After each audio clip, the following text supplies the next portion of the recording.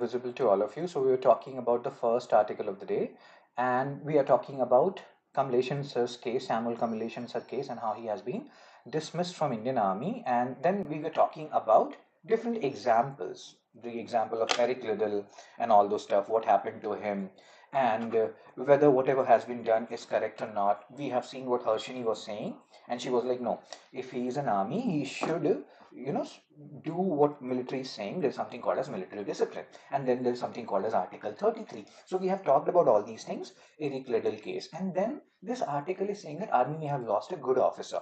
It was not like he was just obeying all the commands. He just did not want to go to the sanctum sanctorum thing. That's what we were discussing. And minority soldiers, like, you also have to understand what condition, like what is happening in our country right now. There is a certain amount of, like, minority people. We have FPTP in our country, first past the post system. In FPTP system, it's not like, the person who is fighting the election, he has to get more than 50% of the votes. No. In FPTP, the basic rationale is, even if you are getting 20 votes, which is more than the votes which has been gotten by other people, you will be the winner. So 80 votes are undermined, mainly minority voices undermined in this FPTP system. In that regard, what message it is giving to minority soldiers? That sincere religious limits count for nothing. And it's not only about that. Indian military, as we have just discussed, it promotes secularism. It relies on trust. And here we also have to talk about accommodation. Maybe some amount of accommodation could have been done. And then this article is saying that, and this article is also saying that this whole scenario should not have gone to court, and it should have played out differently. And again, court had intervened in military matters before. Court could have intervened here differently. That's what this article is saying. And then let's talk about some other example. Bijoy Emmanuel case. So Bijoy Emmanuel, there were three girls, I think, in Kerala, and they were from protested again Christianity religion, and they did not sing national anthem. They stood up, but they were like, we cannot rhyme or say praises. Praises can be done only to Bijova, or that is the name of something they call to their god, that is, Christ. So the prayers could only be sung about their god.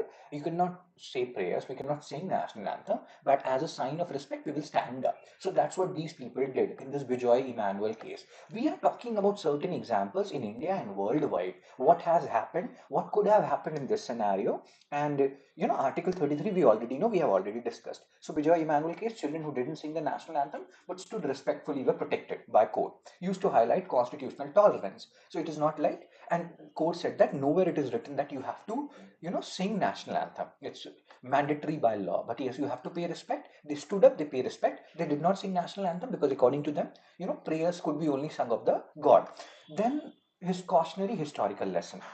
We know our army is neutral. That's what we have discussed about. Great. We know the neutrality of army, but we also have to understand the situation in which the Indian society is operating right now. And then this article has talked about Dreyfus affair.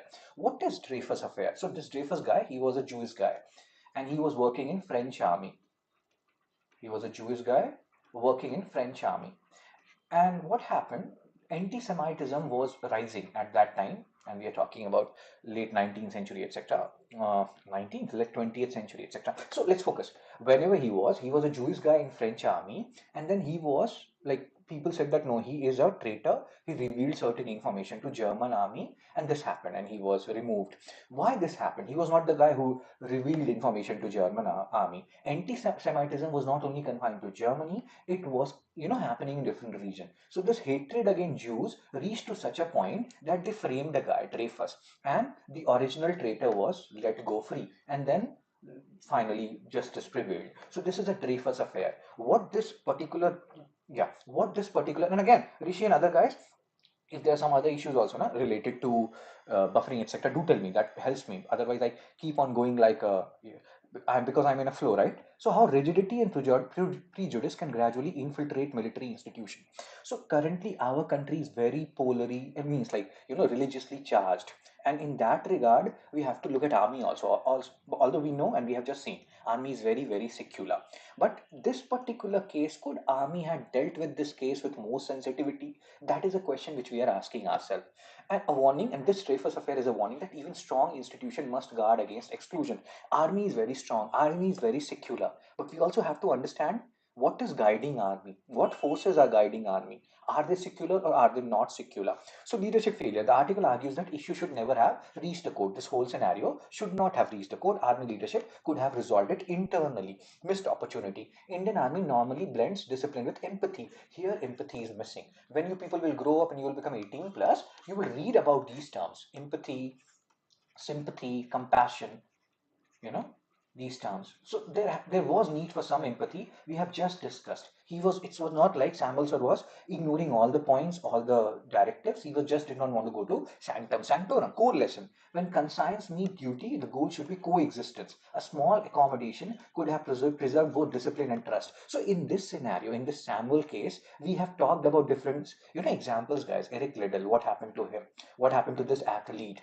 Bijoy Emmanuel case, what happened to these girls, and then the third, Dreyfus affair. What could happen in future India if we are not wary enough of where we are going as a country? So in closing message, India's constitution practices tolerance. Upholding this means recognizing when uniformity need not be forced. Maybe he could have been, talked with differently. Something else could have happened in this scenario. We don't know. But this should not have reached court. This could have played out differently. That's what this editorial is talking about. So let's say this is a question which is given to you. It can be given to you in GS1 also. Society, conscience, freedom of, freedom to practice and propagate or profess your own religion. GS2, anywhere it can be asked. So completion case reveals the tension between military discipline and individual conscience. So you can talk about completion case, what happened. He was dismissed. He did not want to go to sanctum or sanctum sanctorum, and he was a Christian. You can talk about it and how it reveals the tension and why there was a need to dismiss him. On Article 33, you can talk about it, and then you can talk about Vijay Emmanuel case and the other cases which we have discussed, and how there is a need to maintain military discipline with individual conscience, especially in an India, current India, where things are very charged when it comes to religious matters. So you have to talk about all these things. You have to balance your answer, and you have to talk about the tension between military discipline and individual conscience. So you can talk about military institution demand strict discipline. There is a hierarchy, there is operational efficiency, all these things are there. Do talk about Article 33. It's a keyword, guys. Generally courts don't intervene in these military matters, but could military, they have played this thing differently or not? That's a question we are talking about. Completion stands: he attended all parades, followed customs, stood respectfully, but his objection was limited to entering the sanctum central to his Protestant faith. And he was like, I cannot go to the Garbhagriha. There is a need for some empathy. Army viewed the refusal as, indiscipline, distancing himself from troops. Delhi High Court, Supreme Court, they are not intervening. Possibility of accommodation, and here he will talk about different cases as we have discussed. Whereas Vijay Emmanuel case, Eric Liddell case, and then the Jewish soldier case in French army. So article argues small accommodation could have preserved cohesion without undermining discipline. But then, as Harshini was saying, could it send another example that more and more such matters will happen? Then there are others.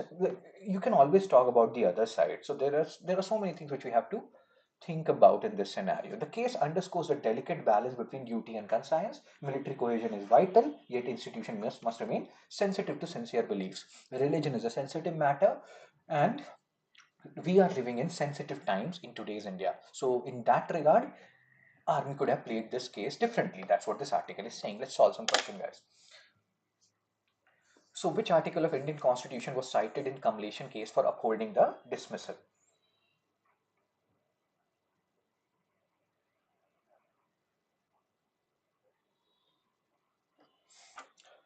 What is the answer? Chip on these. I will give you 20 seconds. Article 14, 19, 33, 25. Harshini and Matki, they have given the answer. Article 33. Very good. Article 33 was cited in completion case for upholding the dismissal. Now this is your homework. Rishi has also given the answer. This is your homework. Read Article 33 thoroughly. What it entails, everything related to Article 33. It is in news now. MCQ 2. The completion case primarily highlights the conflict between what? Iltush has also given the answer. Very good. So the cumulation case primarily highlights the conflict between choose the best option. Right to education, freedom of religion, military discipline and individual conscience, freedom of speech and national security, right to privacy and state surveillance. What according to you? Wow, Harshini is such a good girl. Who's a good girl? Harshini. Harshini is a good girl. So, military discipline and individual conscience cumulation case. Very good. So, Harshini, Mad King, Iltush, Rishi, all of you have given the answer. Who are good boys and girls? You people are. Bijoy Emmanuel judgment primarily reinforced what? Uniformity over individual rights, freedom of conscience and tolerance, absolute freedom to disobey law, restriction of minority rights.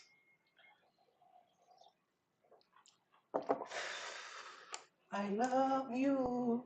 నా ఊపిరియాగిపోయినా I love you. నీ ప్రాణం పోయినా ప్రాణం పోయినా విద్యుత్ So Harshini has given the answer. Bijoy judgment, Emmanuel judgment. Who were Bijoy Emmanuel? What was Bijoy Emmanuel? Three girls. They were not singing national anthem, but they were standing up. So it is reinforcing freedom of conscience and tolerance, guys, not uniformity over individual rights. Freedom of conscience and tolerance means I have a conscience. It's not like always I have to agree and disagree to people. All these things.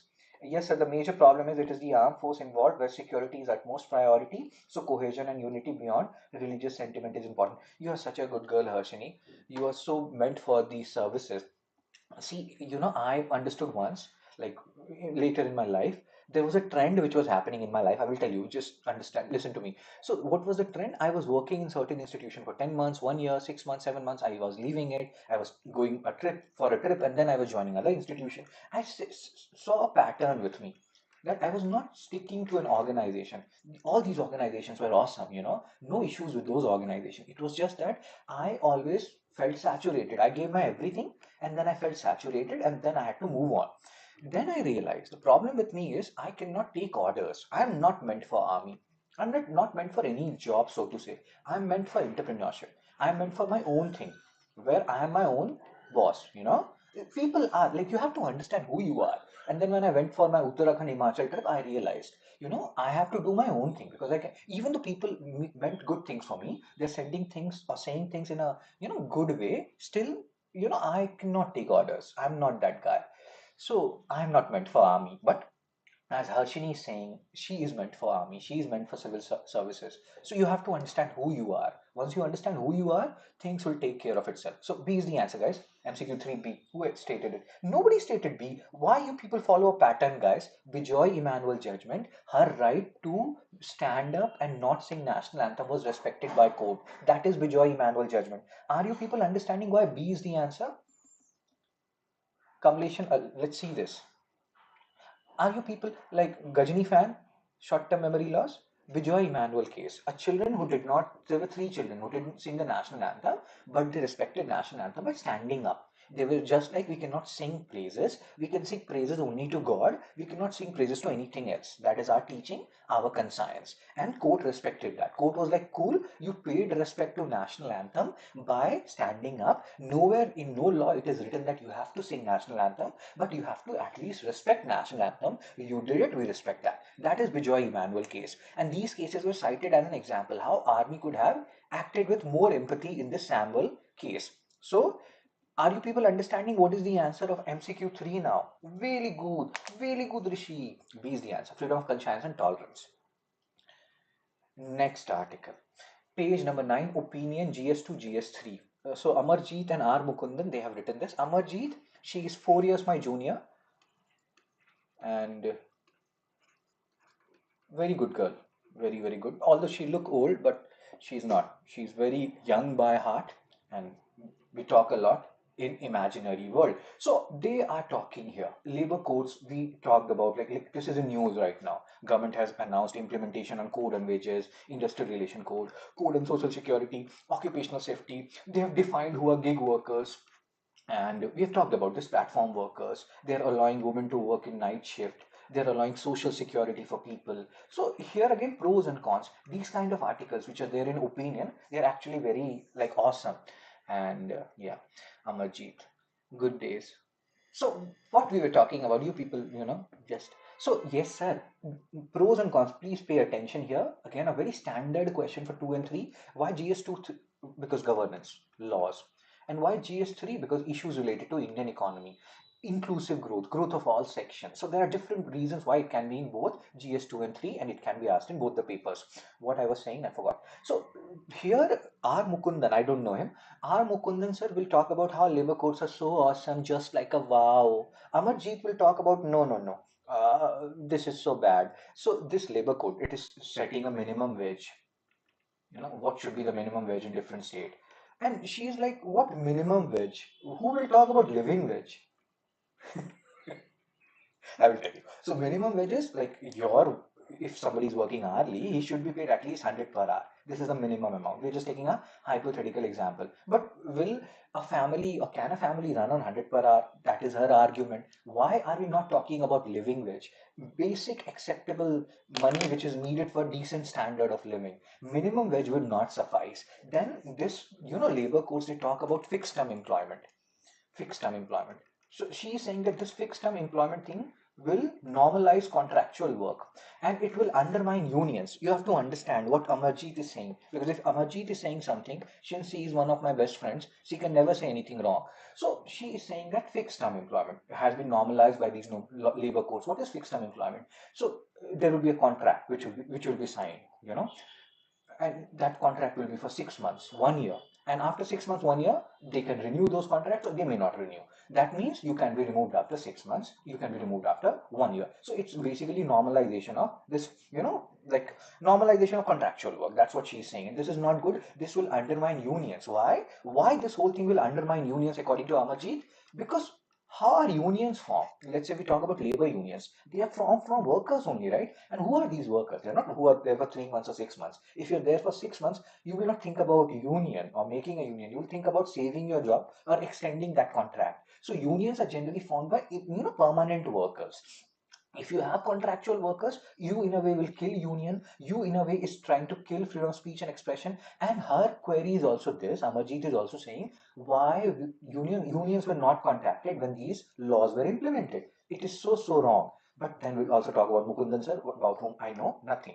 So yeah, on number 21, these, and again, why this is very important, because you are seeing so much money spent on ads on Hindu, etc. Full page ad. Modi sir is covering 50% of that ad, showing how it is a revolutionary thing, blah blah blah. So we have to understand how revolutionary it actually is.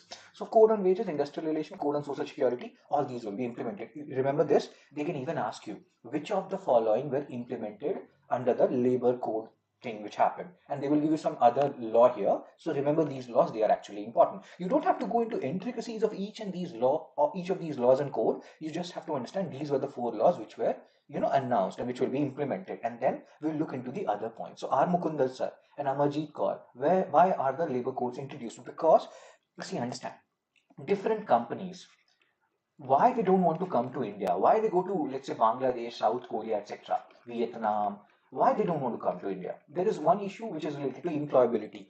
In India, there is a concept of rote learning, this and that.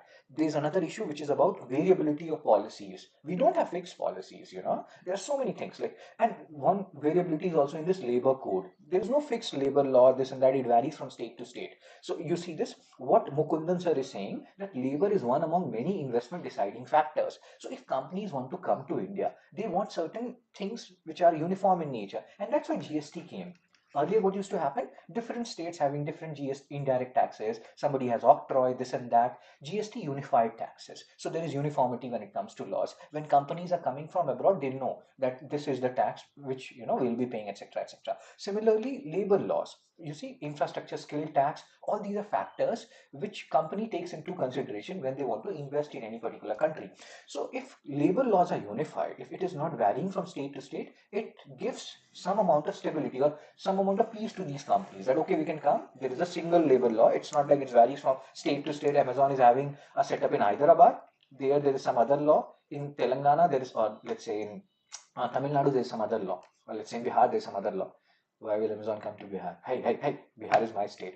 So, hope you're understanding here. So, Mukundan sir is saying that old labor laws needed modernization. It was all fragmented, varied from state to state. So, this will give us certainty to industries. We needed these laws to improve productivity, create jobs, give them some amount of social security, to define who are gig workers, platform workers. We have talked about these things. Reduce conflicting definition. There should be a uniformity. One nation, one tax. One nation, one labor law. One nation, one election. One nation, one religion. Oh my God. Maybe the day is not that far.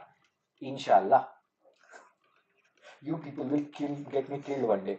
So Amarjeet, who is my best friend, she is saying that labor laws emerged from decades of worker struggles. You introduce these laws, as is the norm these days. Government introduce things without talking to anybody else because it's tough to talk, you know. So fixed code undermine hard-won rights and centralized power.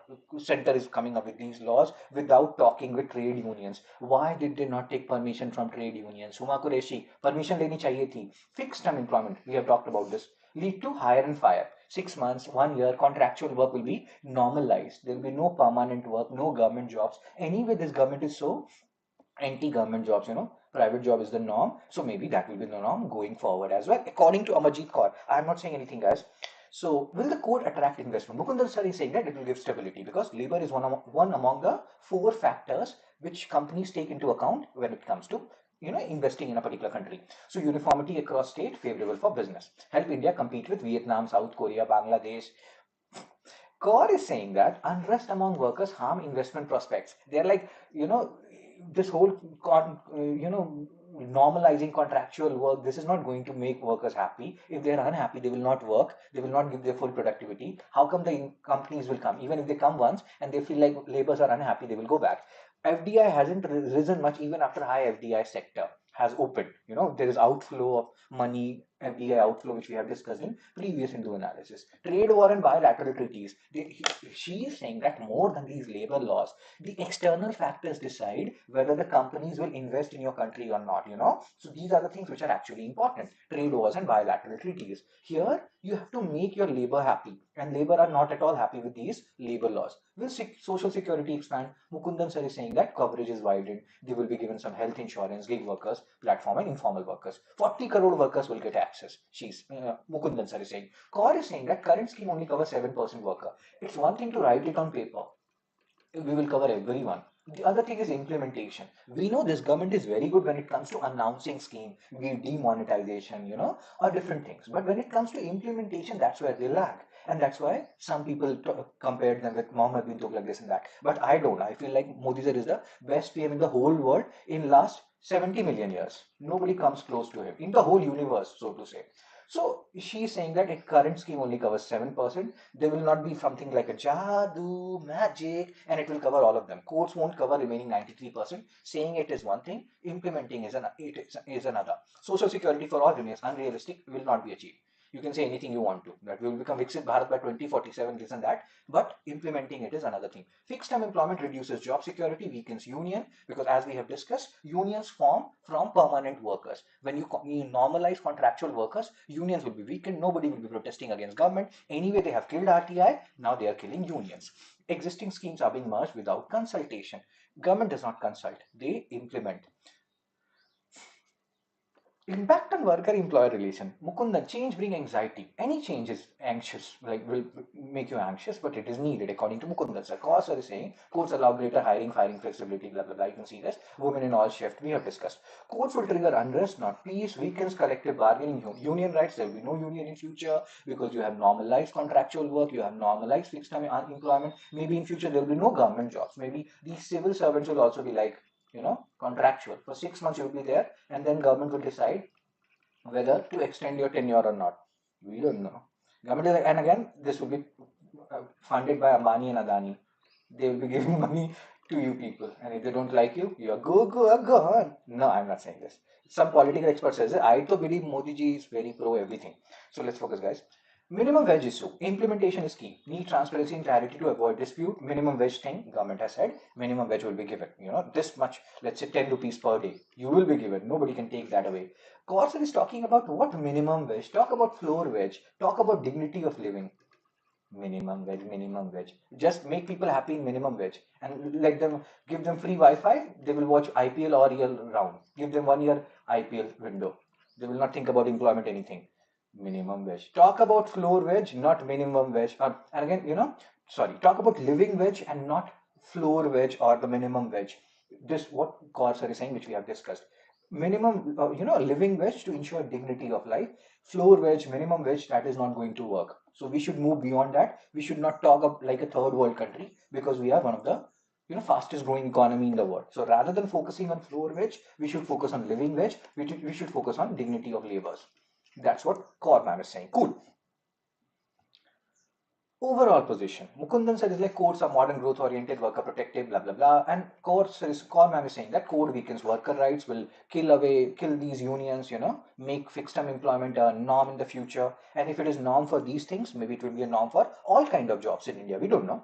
So undemocratic, employer friendly, and harmful for social security and wages. That's what core man is saying. Did you people understand the basic gist behind what these two people are saying? What is the good things? The good things is they are defining gig worker, platform worker, women can work in night shift, they are trying to provide for social security, health insurance. How they will implement it, that's a different matter. The bad things is they are killing unions, they are normalizing contractual work. So all these things you have to keep in mind, because who are good boys and girls? You people are. Let's solve some questions.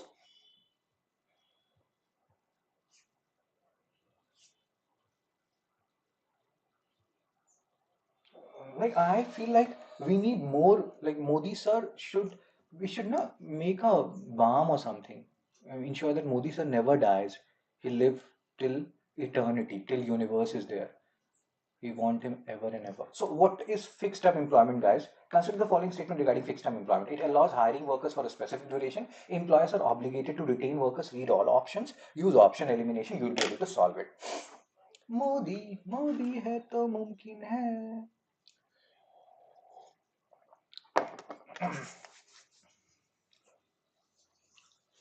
Weakens job security, may discourage unionization, allows hiring worker, employers are obligated. What, according to you, is the best option? Fixed term employment, contractual work, fancy looking statement for contractual work. Harshini, Iltush, they have given the answer.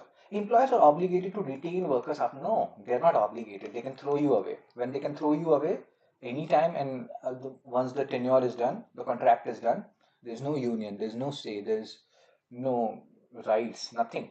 So second is wrong. If second is wrong, eliminate A, C, and D, and you'll be left with B, 1 and 3 only. Very good. Harshini, Iltush, and Rishi, they have given the answer. You people are so good. With reference to labor laws in India, what is the difference between floor wage and living wage? We have talked about Kaur, who is my best friend. She is talking about living wage, not floor wage. We should talk about dignity in living, not about how much should we give you the minimum amount on which you can sustain and you cannot question the government. No, we want a living wage. Floor wage. Modi है तो मुमकिन है. In world history, there were, even in Indian history, there were some terms related to this that, governments and these different rulers, they sometimes, I think Alauddin Khilji or someone, he took away money from nobles because he was like, only that much amount should be left with them so that, they feel like working. If they have too much money, they will think about and they will question us, this and that. So mine should not be free. Keep them at a lowest level so that they keep on working. They don't question government because they don't have time to question government. They are working 24/7 to ensure they get three food or three times food a day. So yeah. MCQ 5. Harshini, Rishi, Iltush, they have given the answer. Floor wage is national minimum set by center. Living wage ensures basic standard. Living wage is generally, why will it be lower than floor wage? Living wage is generally higher than floor wage. So second is wrong. If second is wrong, eliminate B, C, D. You left with A, one only.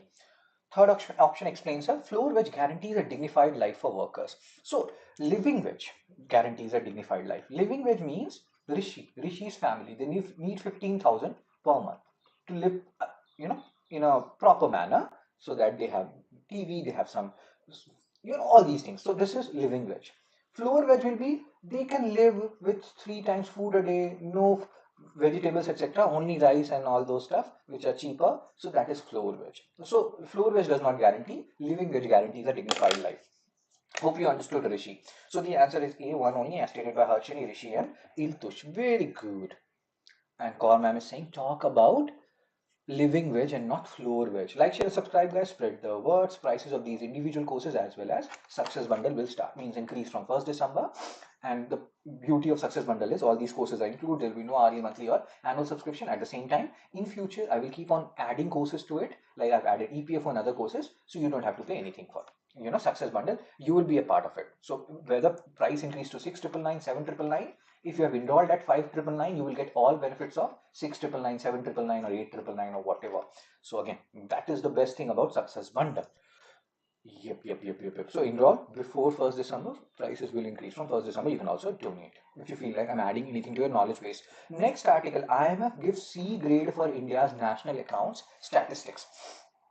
Very good, Rishi. So what is the meaning of IMF giving C grade for national account statistics? International Monetary Fund, established around